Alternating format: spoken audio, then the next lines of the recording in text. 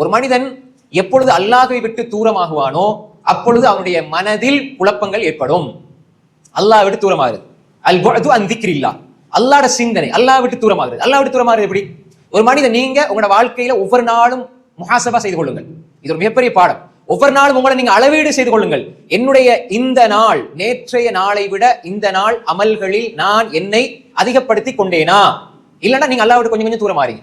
அன்புக்குரிய சகோதரர்களே, நான் இன்று சுபஹுடைய தொழுதேனா, நான் இன்று குர்ஆன் கையில் எடுத்து ஓதினேனா, நான் இன்று காலை மாலை திக்ருகளை செய்தேனா, நான் இன்று துஹாவுடைய தொழுதேனா, நான் இன்று பாவங்களிலிருந்து என்னை பாதுகாத்துக் கொண்டேனா, நான் இன்று திக்ருகளை சரியாக செய்தேனா, நான் இன்று இஸ்திக்ஃபார் செய்தேனா.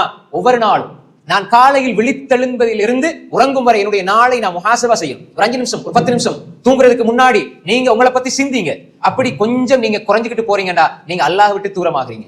அல்லாஹ்வை விட்டு யார் தூரமாகுவார்களோ அவர்களுடைய உள்ளத்தில் நெருக்கடியும் மனக்குழப்பமும் ஏற்படும். உள்ளத்துல ஒரே குழப்பமா இருக்குது. பல பேர் சொல்லுவாங்க, உள்ளத்துல ஒரே டென்ஷன் ஆயிருக்குது, உள்ளத்துல ஒரே பிரச்சனை ஆயிருக்குது, உள்ளத்துல எதையோ நினைச்சு குழப்பி நல்லா இருக்கிறோம், பிள்ளைகளோட பேசுறோம், மனை மக்களோட இருக்கிறோம், எல்லாம் ஒத்துமையா சந்தோஷமா இருக்கிறோம், எல்லாம் நிகழ்வுகள் சந்தோஷமா இருக்குது. ஆனா தனிமைந்து வந்துட்டா மனசுல குழப்பம். தூங்க போனால் ஏதோ எங்களை அறியாத பல சிந்தனைகள், மனக்குழப்பம் ஏற்படுகிறது. காரணம் என்னன்னா, நீங்க சரியாக அல்லாஹ்வுடைய திக்ரை விட்டும் நீங்க தூரமாகிட்டு போறீங்க. அல்லாஹ்வுடைய திக்ரோடு நீங்கள் வாழவில்லை என்பதை நீங்கள் புரிந்து கொள்ளுங்கள்.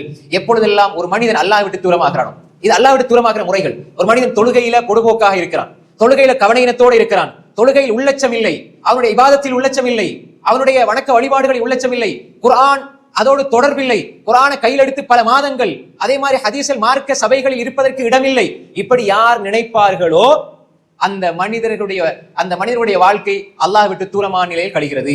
இப்படி யார் வாழுகிறாரோ வாழ்வாரோ அந்த மனிதர்களுக்கு உள்ளத்தில நெருக்கடி ஏற்படும், உள்ளத்தில சஞ்சலம் ஏற்படும், மனசுல குழப்பம் ஏற்படும், ஷைத்தானுக்கு மிக இலகுவாக ஆகிவிடும் இவர்களை வழிகெடுக்கிறது. எனவே அன்புக்குரிய சகோதரர்களே, நாம் தெளிவாக புரிந்து கொள்ள வேண்டும், அல்லாஹ்வுடைய திக்ரை விட்டு தூரமாகிவிடக் கூடாது. அல்லாஹ்வுடைய திக்ர் என்றால் நாம் வாயால சொல்ற திக்ர் மட்டுமல்ல, நாம் அல்லாஹ்வுடைய சிந்தனையோடு வாழுதல்.